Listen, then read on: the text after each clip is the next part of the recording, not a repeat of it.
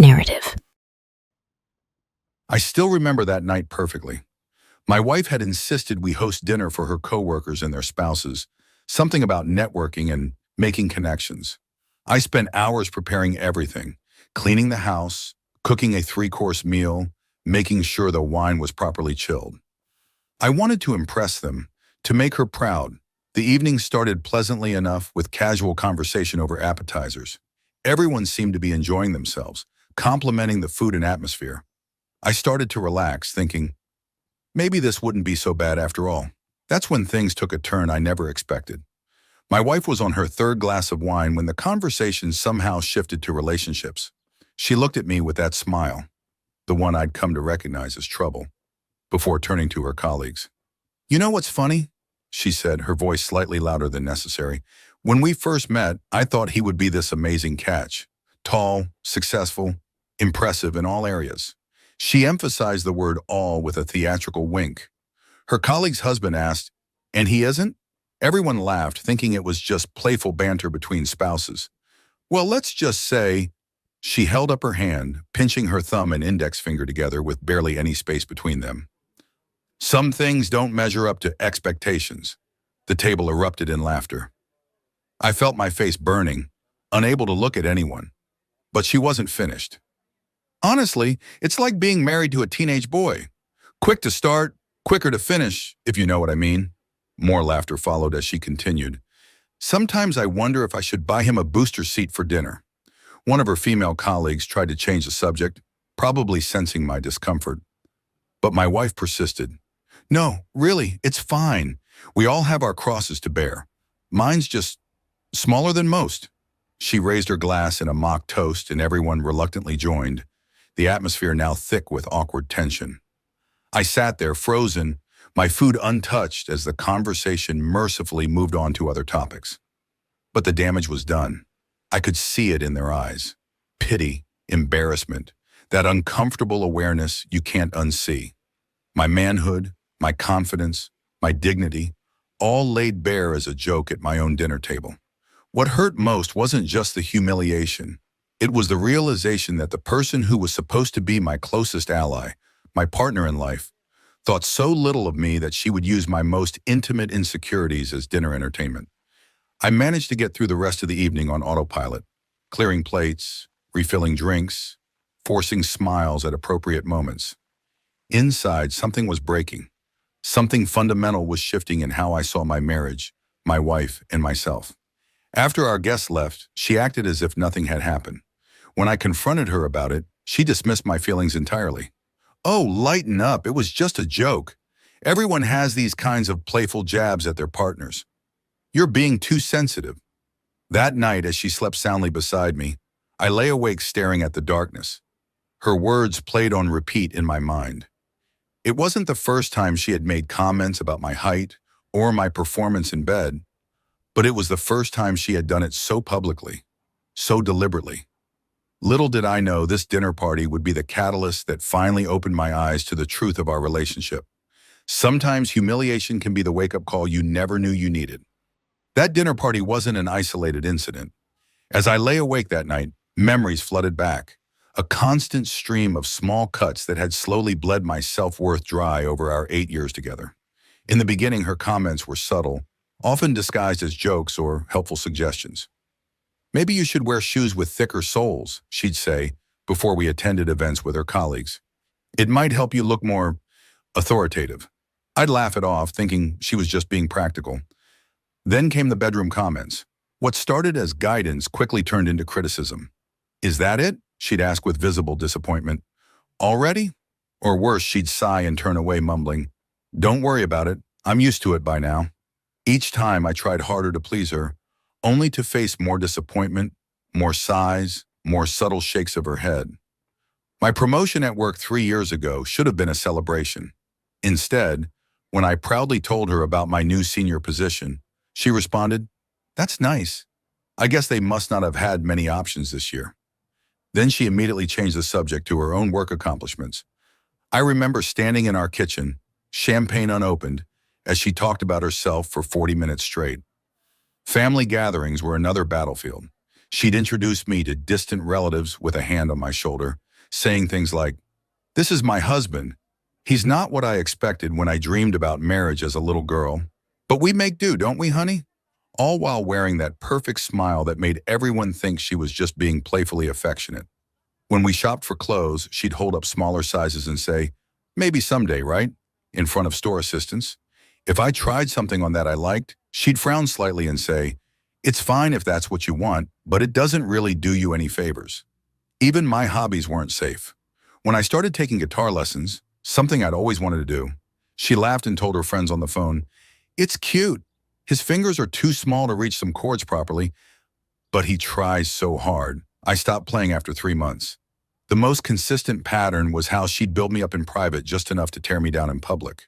She'd say I looked handsome as we got ready for an event, only to later tell everyone about how she had to help me coordinate my outfit because I dressed like a colorblind teenager. She'd praise a meal I cooked at home, then tell dinner guests I was still learning basic techniques. Our vacations followed the same script. She'd criticize my planning abilities, my navigation skills, my restaurant choices, all while documenting our perfect couple moments for social media. The contrast between her online portrayal of our marriage and the reality was jarring. The night after that dinner party, scrolling through her Instagram, I saw she'd posted photos from the evening. Amazing dinner with amazing friends and my amazing husband who made it all happen. The comments below were filled with heart emojis and couple goals responses. That's when it truly hit me. I was living in two different marriages. The public one she crafted online and the private one where I was constantly reminded I wasn't enough. As morning light filtered through our bedroom curtains, I realized with startling clarity, this wasn't love. This was abuse, and it had been happening for years. The realization that I was in an abusive marriage changed something fundamental inside me. For the first time, I started paying attention to the little things I'd been ignoring, like how protective she was with her phone, how she'd always turn it face down when I entered the room, how she'd step outside to take certain calls, claiming they were work-related even at 10 p.m. on weekends. 2 days after the dinner party, she left her phone on the kitchen counter while taking a shower. It buzzed repeatedly with incoming messages. I'd never snooped before. Trust had always been important to me, even when I was the only one practicing it. But something compelled me to look this time. The lock screen showed messages from someone saved as Work Project Lead. 3 messages previewed on the screen. Missing you already. Last night was incredible. When can you get away again? My hands trembled as I picked up her phone. By some bitter coincidence, she hadn't changed her password since we'd set up each other's phones years ago. I opened the message thread and felt the room spin around me. Hundreds of messages stretched back months. Explicit photos, detailed accounts of hotel meetups, plans for their next encounter. The most recent message thread discussed their dinner plans for tomorrow night. Apparently, I would be working late, though this was news to me. But what truly destroyed me were the messages where they discussed me. "He has no idea," she'd written, too busy trying to please me to notice anything. Her lover had asked if she felt guilty. "For what?" she'd replied. "Being with a real man for once? He should thank me for staying with him this long." I scrolled further back, finding messages from the night of the dinner party. "He just sits there and takes it," she'd written. I practically called him tiny and inadequate in front of everyone, and he still served dessert with a smile. "It's almost too easy." Her lover had responded, "That's because he knows he can't do better than you." I set the phone down exactly as I'd found it and walked to our home office. With mechanical precision, I began checking our joint accounts, credit card statements, phone records. The evidence piled up quickly. Unexplained hotel charges, restaurants I'd never been to on dates we'd supposedly shared, weekend work conferences that her company had never organized. The affair had been going on for at least 7 months with someone from her office. Not a project lead, but her equal-ranking colleague whose wife had been sitting across from me at our dinner table, also unaware. I printed key documents and screenshots, securing them in a folder. Then I called my best friend, asking if I could stay at his place for a few days. I contacted a lawyer the same afternoon. That evening, I acted completely normal. I asked about her day. I made dinner. I suggested watching her favorite show, all while the folder sat hidden in my briefcase by the door. all while she texted him right next to me on the couch, smiling at her phone screen. "Good news at work?" I asked casually. "Just a project coming together," she replied without looking up. "Nothing you'd understand." I nodded and sipped my wine, studying her face. This stranger I'd shared my life with for 8 years. The woman who had systematically dismantled my self-worth while betraying me in the most fundamental way possible. "I love you," I said, testing the words. She glanced up briefly. "Love you too," she responded automatically before returning to her phone. That moment of practiced, empty routine crystallized everything.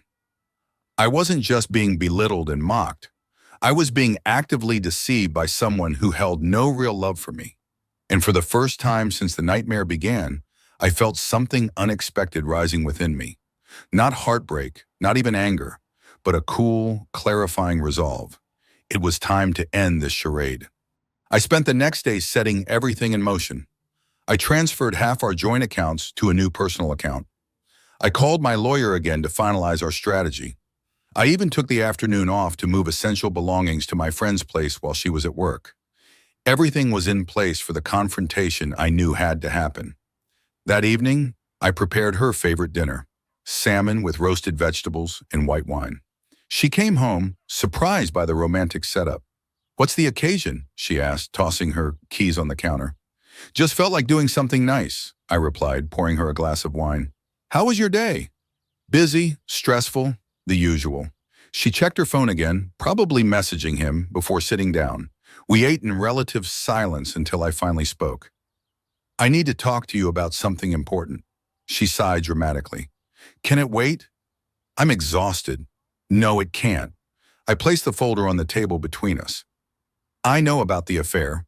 Her expression cycled rapidly through shock, denial, and calculation before settling on indignation. "What are you talking about?" I opened the folder and laid out the evidence, piece by piece. The hotel receipts, the text message screenshots, the restaurant bills, the phone records. "You went through my phone?" she snapped, attempting to flip the script. "That's a complete invasion of privacy." "Yes, I did," I admitted calmly. "After years of your emotional abuse and public humiliation, I finally listened to my instincts." She laughed incredulously. "Abuse? Are you serious right now? I've supported you through everything. You've belittled me at every opportunity."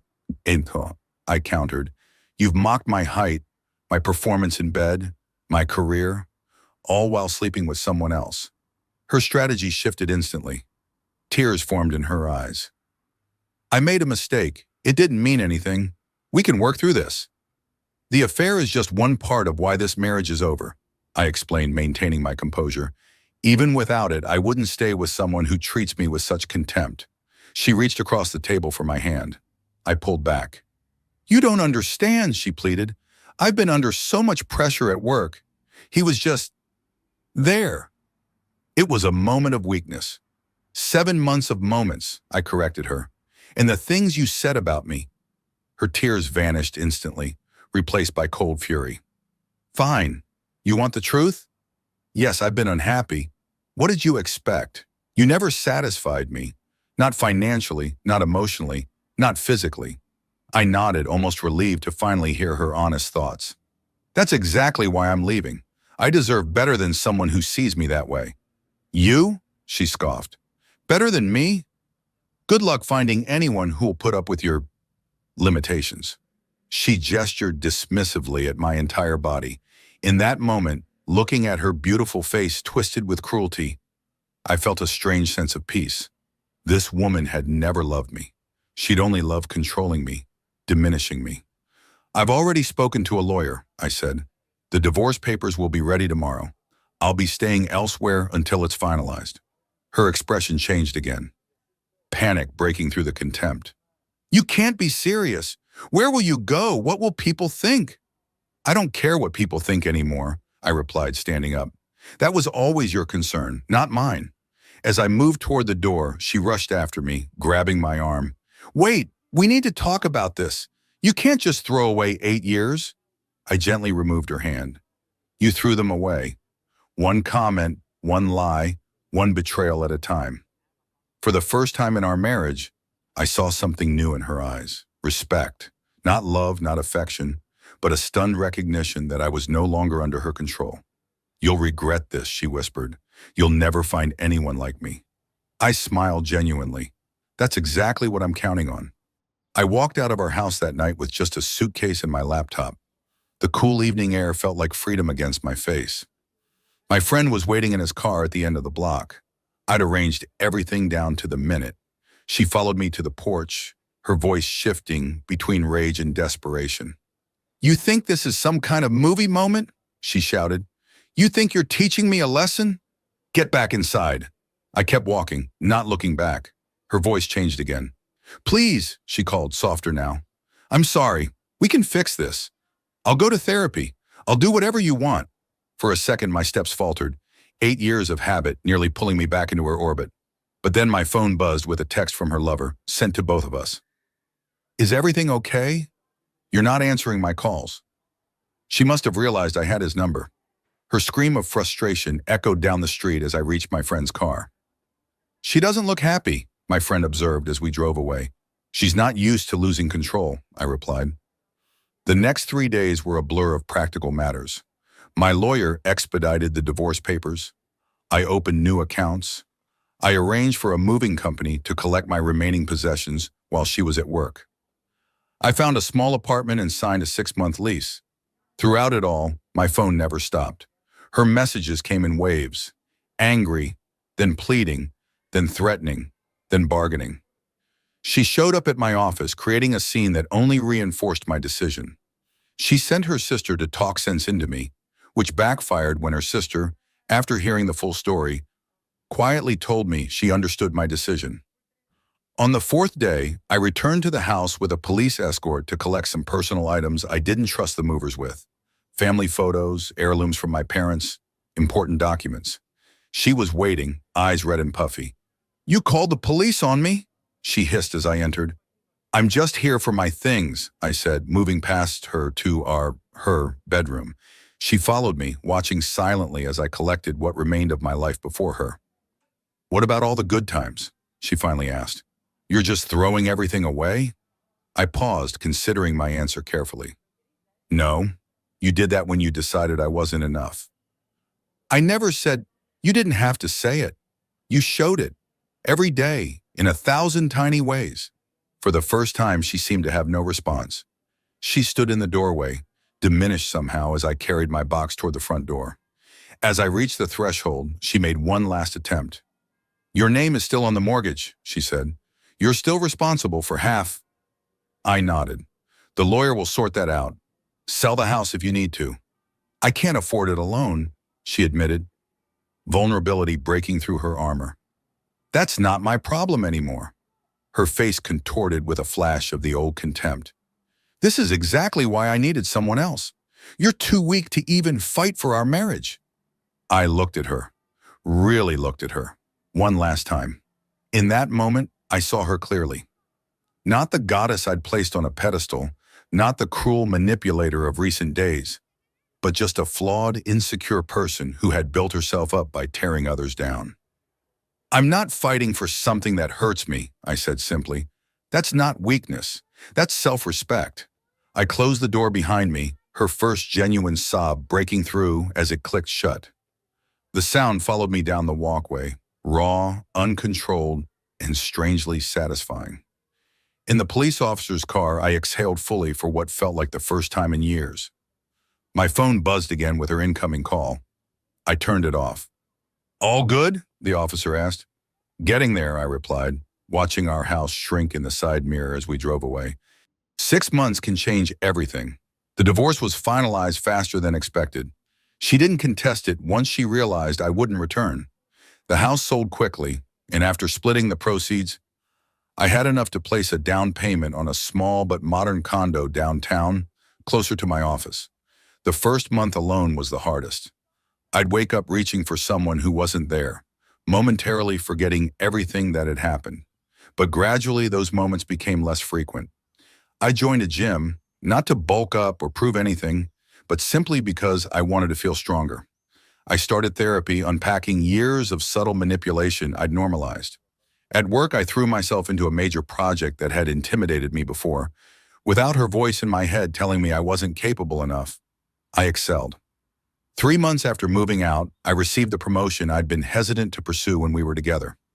I reconnected with friends she had subtly pushed away over the years.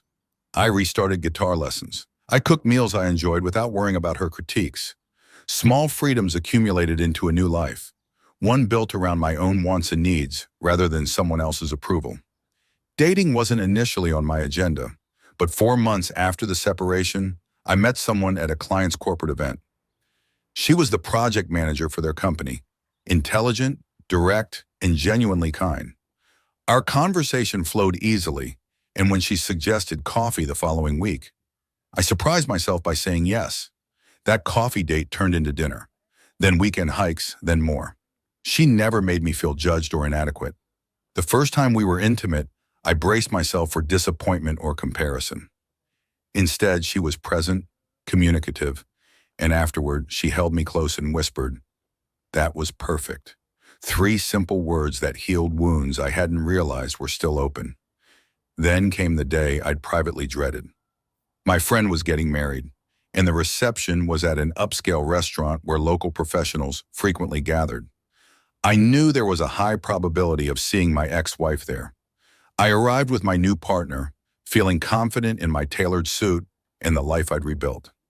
An hour into the reception, as we were laughing with friends, I felt a familiar presence.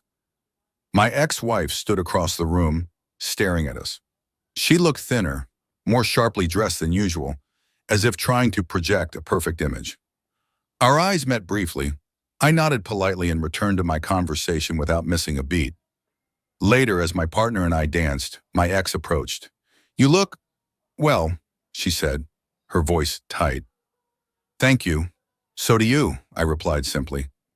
An awkward silence stretched between us, filled with all the things neither of us would say in public.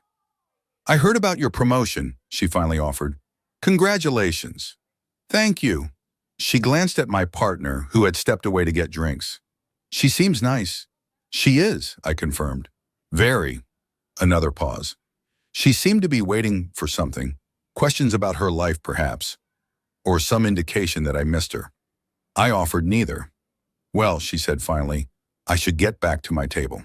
I nodded, noticing she was alone at a table of couples. As she turned to leave, she added, "For what it's worth, I am sorry. For everything. 6 months ago, those words would have meant the world to me. Now they were just words." "I hope you find what you're looking for," I said sincerely. My partner returned, handing me a drink. "Was that?" "Yes," I confirmed. "That chapter's closed now."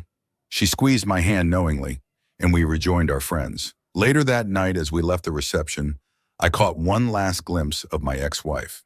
She was watching us from across the room, a complex expression on her face as she saw me laugh at something my partner said. In that moment, I realized my greatest revenge wasn't planned or executed. It was simply living well, without her shadow over me. I walked out with my head high, my hand intertwined with someone who valued me completely. No dramatic confrontation, no harsh words, just the quiet triumph of rebuilding a life that was finally authentically mine. Our story has come to an end. If you've made it this far, how about subscribing to our channel? It helps us immensely. I've selected 2 other videos for you that I'm sure you'll enjoy. Feel free to click on them. I'll be waiting for you in the next story. See you soon.